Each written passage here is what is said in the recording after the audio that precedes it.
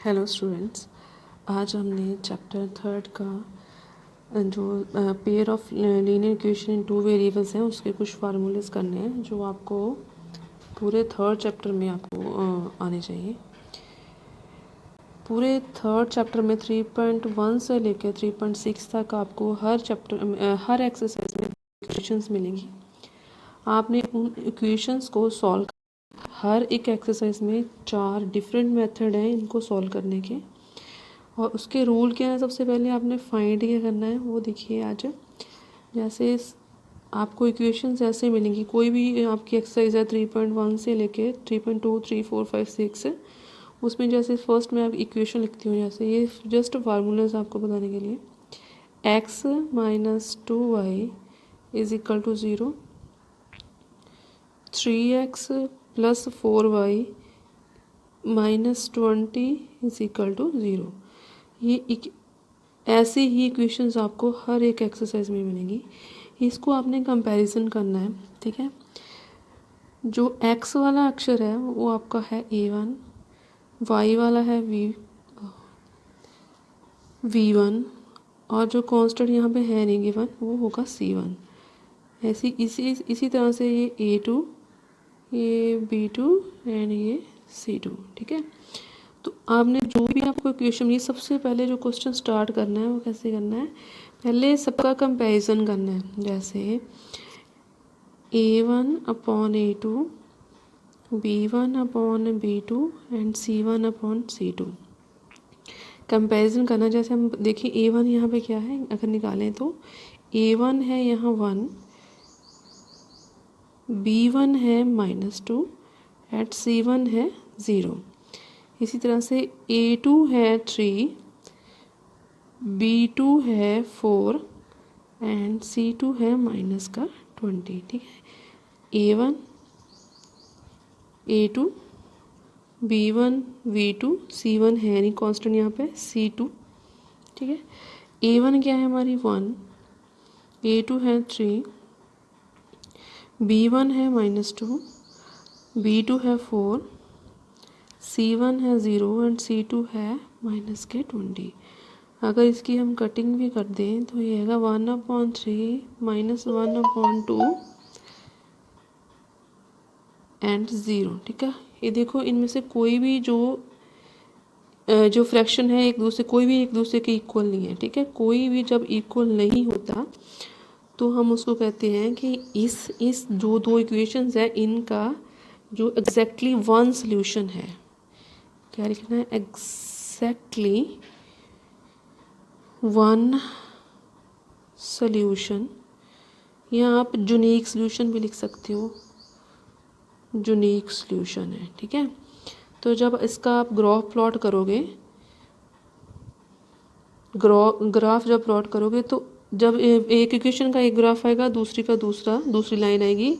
जो भी ग्राफ होगा वो चाहे जिस तरह से आप मर्जी ड्रा करें, पर वो एक इस तरह से किसी न किसी एक पॉइंट पे वो कट होगा।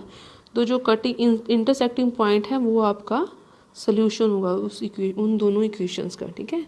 तो फर्स्ट आपका क्या था कि दोनों इक्वेशंस को आपने कंपैरिजन करना है, a1 a2 b1 b2 और c1 c2 से। सबसे पहला स्टेप हर एक एक्सरसाइज में करना है, ठीक है।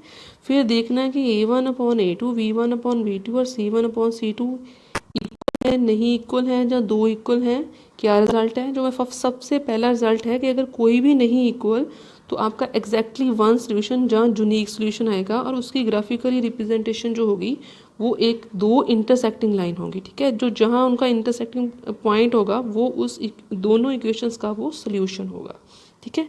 ये फर्स्ट था आपका। सेकेंड, एक और इक्वेशन लेते हैं, जैसे 2x plus 3y minus 9 is equal to 0, 4x plus 6y minus 18 is equal to 0, ठीक है। उसी तरह से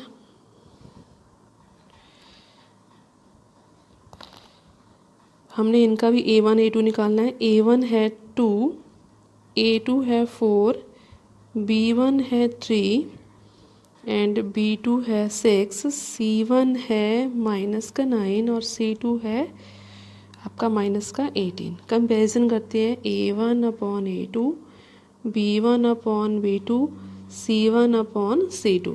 ठीक है, A1/A2 आएगा 2/4, 3/6 एंड -9/18। -18 माइनस माइनस कटिंग हो गई, ये आएगा 1/2, 1/2, 1/2। जो सभी हैं A1/A2 सभी इक्वल आ गए, 1/2 is equal to 1/2 is equal to 1/2। ठीक है, जब जिस केस में आपके सभी जो रेशोज़ हैं वो इक्वल होते हैं, उस केस में दोनों इक्वेशंस के इनफाइनाइटली मैनी सॉल्यूशंस होते हैं।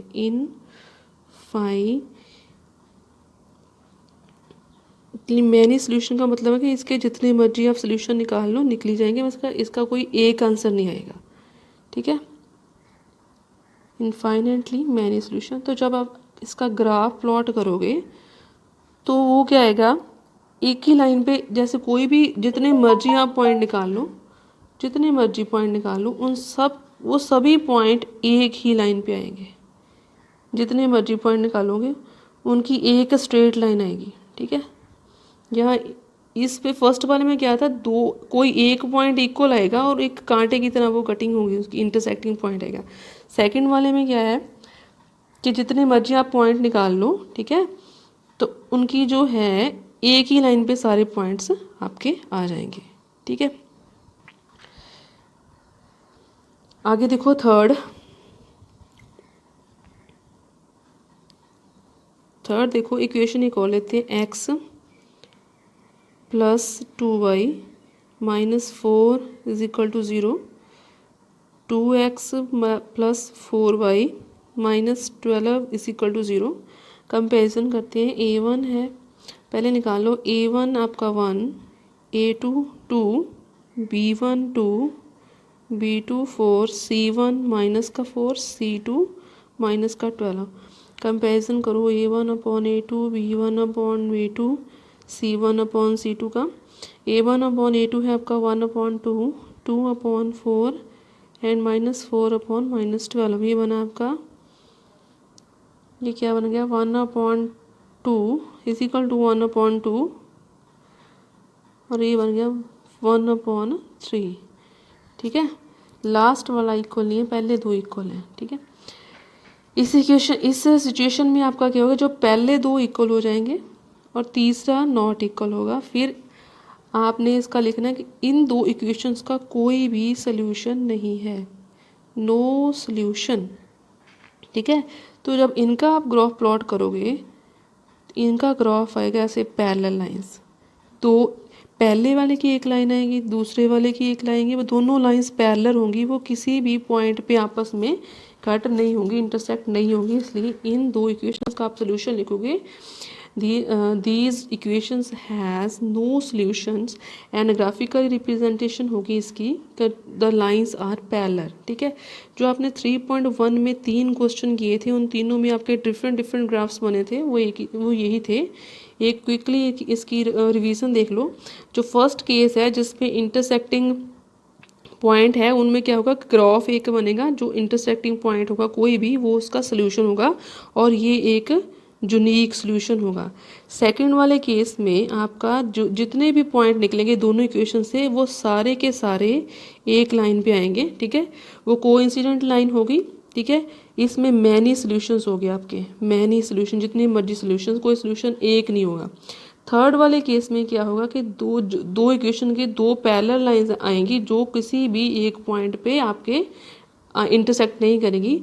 तो इस केस में इसका क्या होगा, नो सॉल्यूशन।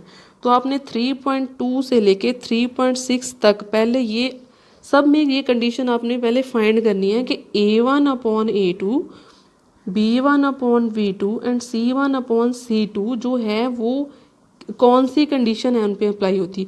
अगर उसमें फर्स्ट वाली यूनिक सोल्यूशन वाली, मतलब कि कोई भी इक्वल नहीं है, वो वाली कंडीशन अप्लाई होती है, तभी आपने जो सम है आगे सॉल्व करना है, अदरवाइज नहीं करना।